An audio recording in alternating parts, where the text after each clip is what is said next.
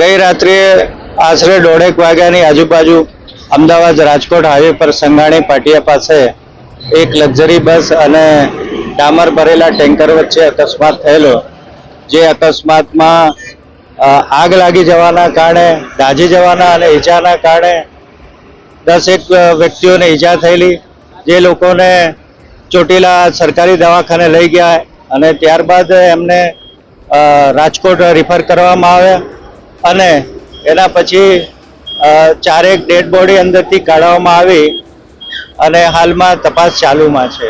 હાલ કેટલા લોકોને બચાવી લેવામાં?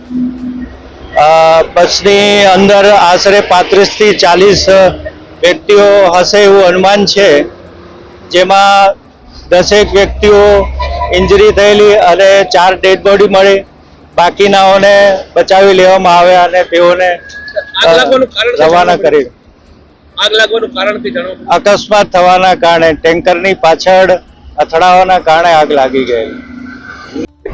આજે મોડી રાત્રે 1:30 વાગે ચોટીલા રાજકોટ હાઈવે ઉપર સાંગાણી જે ગામ આવેલું છે ત્યાં પાટિયાની નજીક એક ખાનગી ટ્રાવેલ્સ અને ડામર લઈ જતું ડમ્પર વચ્ચે અકસ્માત થયેલો છે અને આ અકસ્માતની અંદર 4 લોકોના મૃત્યુ થયેલા છે અને જે 4 લોકોને ચોટીલા રેફરલ હોસ્પિટલ ખાતે પોસ્ટમોર્ટમ માટે લઈ જવામાં આવેલ છે.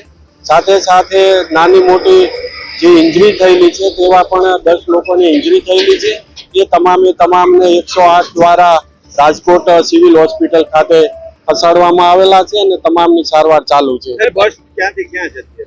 બસ અમદાવાદથી રાજકોટ સાઈડ જતી હતી અને જે આગળ જે ડમ્પર જતું હતું, જે ડામર ભરેલો, એને ડમ્પરનું પ્રાથમિક દ્રષ્ટિએ ટાયર ફાટતા એ ટાયર સળગી ગયું હતું અને પાછળની સાઈડ આ ટ્રાવેલ્સ અથડાણ્યો એવી વિગત સામે આવે. કેટલા લોકોને બચાવી લેવામાં? કેટલા હતા? 35 થી 40 લોકોને બચાવી લેવામાં આવે છે. અમે તમને આપીશું પળે-પળના સમાચાર. જો તમે અમારા નિર્ભય માર્ગ ન્યૂઝ ચેનલને સબસ્ક્રાઇબ કર્યું નથી તો અત્યારે જ નીચે આપેલા આઇકોન બટન પર ક્લિક કરીને સબસ્ક્રાઇબ કરો અને શેર કરવાનું ભૂલશો નહીં.